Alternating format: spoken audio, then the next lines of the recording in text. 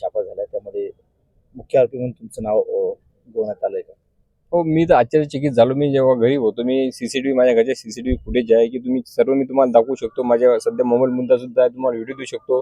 आपल्या काही पत्रकार बंधूंना दाखवला सुद्धा की मी 10:30ला घरी आलेला आहे आणि मी माझ्या घरी झोपलेला असताना हा कुठं छापा झाला.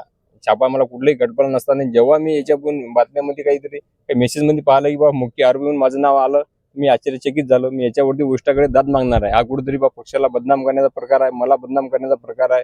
कुठलाही मला याच्यामध्ये पुरावा दाखवा किंवा मी कुठं माझ्या तिथं अशी जो ते म्हणतात का हड्डा आहे तिथं मला कुठं बॉन्ड दाखवा, माझी कुठे जागा दाखवा, मी कुठेतरी आठवड आहे तिथं हे दाखवावं. हा जो आरोप आहे मी पूर्णपणे फेटाळतो आणि माझं नाव आलं कसं, मी गोष्टांकडे चौकशी मागणार आहे, मी विनंती करणार आहे.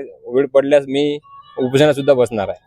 राजकीय काही हे संपूर्ण घडलंय का, असं काय कोणावर संशय का, कोण करतं, कोण आहे संपूर्ण षडयंत्र मागे? काहीतरी असू शकते, मित्रपक्ष असू शकते, पक्षातून मी असू शकते किंवा आता जे काही आता काही सांगितलं जे आपले काही असतात मित्र फ्रेंड असतात की कसं आलं नाव कसं आलं, कारण की सकाळपर्यंत दुसरे वेगळे आरोपी होते. सकाळनंतर सर्व झाल्यानंतर माहिती पडते की माझं नाव 11च्या ठिकाणी आणखी 12 नाव आले, 13 नाव आले, माझं नाव आलं. मी आश्चर्यचकित माझं नाव आलं कसं? मी घरी झोपताना असताना छापा इकडे होतो, कुठं जर अधिकारी असतील त्यांना कुठं मला व्हिडिओ दाखवा की बा मी कुठं तिथं आढळलो का, माझा कुठं बॉन्ड आहे का, माझा कुठं काही संपर्क आहे का.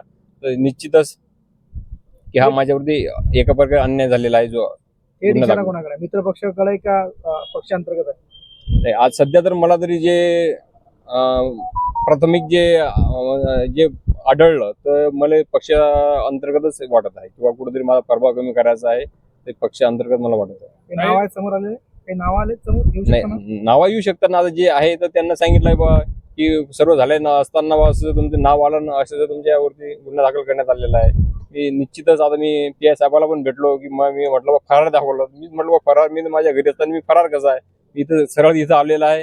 हे आमचे शहर प्रमुख आहे, आमचे पदाधिकारी सुद्धा आलेले आहे की बा काय प्रकार घडला. आम्ही विचार केली PI साहेबांना, आम्ही विचारणा केली बा सर काय प्रकार आहे बा, काय आम्हाला काही अटक आहे का, काय जमानत घ्यायची काय. तर ते म्हटलं नाही सध्या असं काही नाही बा, तुम्ही जाऊ शकता, असं काही कुठलं प्रकार नाही असं त्यांनी सांगण्यात आलं. नाही, तुमच्या खामगाव मतदारसंघामध्ये हा भाजपचा गड आहे, तुम्ही शिवसेना इथे वाढवलेली आहे, तर महायुतीमधून काही जागा फटका असतो?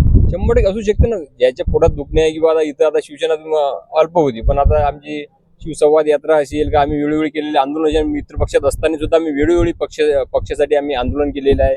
बँक असेल, तहसील असेल, EDO कार्यालय असेल, वेळोवेळी आम्ही आंदोलन करून शेतकऱ्यांना आम्ही न्याय मिळवून दिला. त्याचा एक प्रकार आहे किंवा कुठेतरी आम्हाला दाबण्याचा प्रकार आहे की हा पक्ष मोठा असताना कुठेतरी दाबण्याचा प्रकार आहे. महायुतीमधून फटका जागा फटका महायुतीमधून सुद्धा दगाफटका आहे हा होऊ शकते की आमच्या यातला बी एखादा असू शकते बा त्याला माझं कुठलं वर्ष नाही होत बा काहीतरी बदनाम करायचं. तर हे पक्ष अंतर्गत बी असू शकते आणि महायुतीतून असू शकते. आता पण नाव काय कोणा नाव घेऊ शकत नाही, पण मला जास्तीत डाऊट पक्ष अंतर्गतच थोडं वाटत आहे.